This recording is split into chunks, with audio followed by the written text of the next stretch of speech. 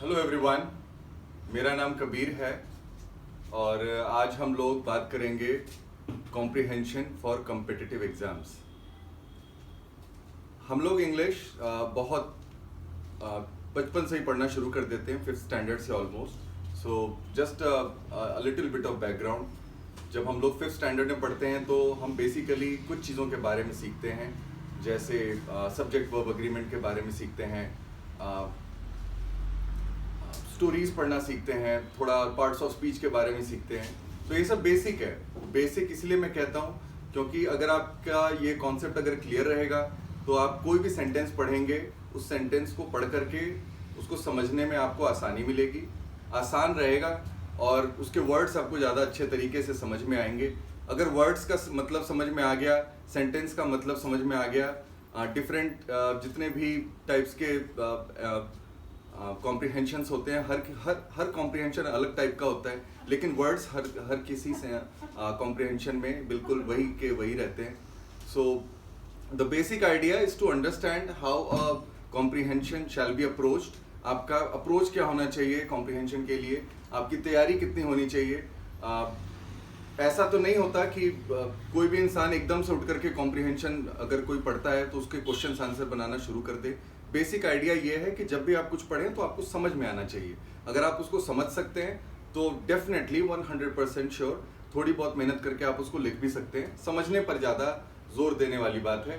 सो इसी को थोड़ा आसान बनाते हुए मैंने एक छोटा सा मॉड्यूल तैयार किया है जिसमें मैं डिफरेंट टाइप्स के कॉम्प्रिहेंशंस के बारे में बताऊंगा। आपको समझने में भी आसानी मिलेगी और समझने के साथ साथ आप उसको जब अटेम्प्ट करेंगे तो आपका टाइम भी कम उसके अंदर लगना शुरू हो जाएगा। शुरू में थोड़ा ज़्यादा लगेगा, लेकिन धीरे धीरे प्रैक्टिस के साथ एवरीथिंग बिकम्स परफेक्ट। इसने सही कहा है कि practice makes a man perfect. So keep practicing the module that I am trying to convey to you. Keep practicing that this module and within a month, I think 15 days, after 15-20 comprehensions you'll be able to see the changes that you see in your approach. So let's start with the types of comprehensions first. So सबसे पहले I will categorize them into like comprehension in competitive exams. So generally this is around 150 to 200 words maximum. Now before I start with this, I would request you to go through those first of all, which is of the most important thing, which happens to be the structural words. Why structural words? Because it has articles, it has pronouns, it has prepositions,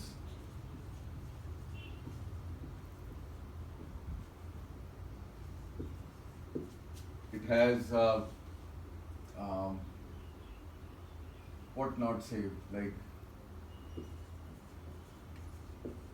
support or helping verbs.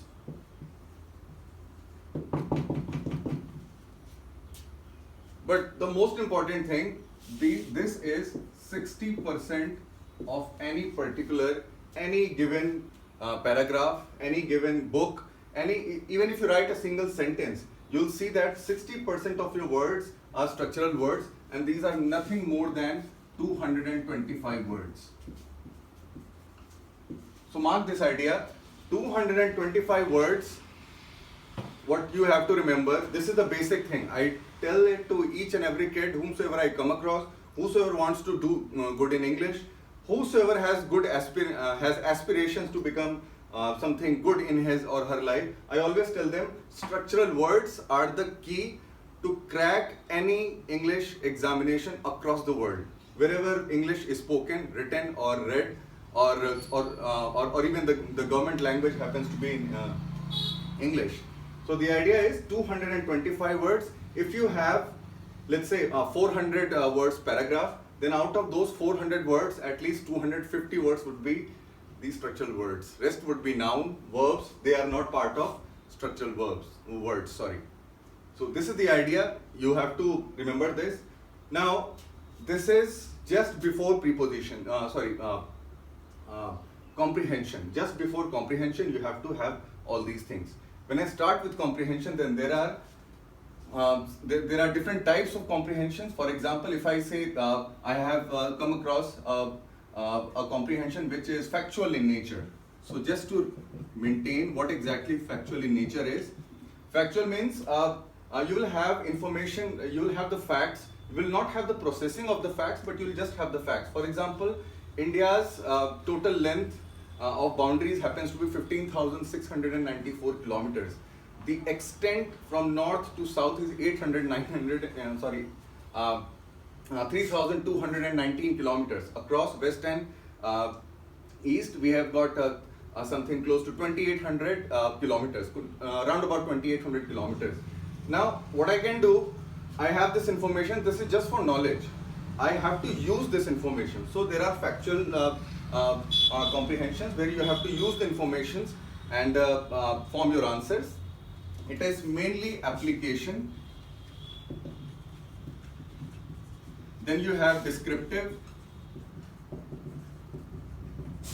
where you get to see historical events. Suppose you've got a comprehension which is regarding, let's say, any historical figure, let's say Babur, Akbar, as a matter of fact, Alexander the Great. They'll tell you something about, like, you know, their biography. And basically things like that.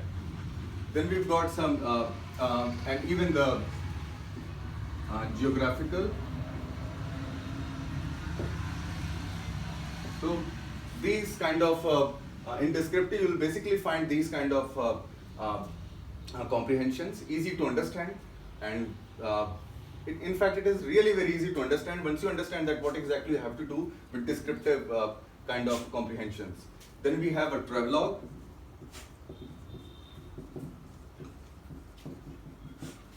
When a travel record or travel diary kind of a thing that will be given to you. Then we'll have like economic and social.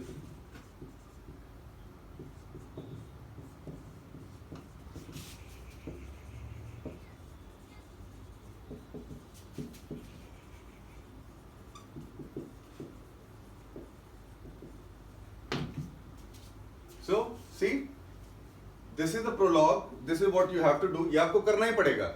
आप अगर सोचो कि इससे ये हम नहीं करेंगे और हमारा काम चल जाएगा, यार पर देखो तो सही 60% ऑफ द वर्ड्स यही होते हैं और 225 वर्ड्स हैं, ज़्यादा मुश्किल नहीं है ये. आप ये कर लेते हो, आपके इसके ऊपर पकड़ हो जाएगी.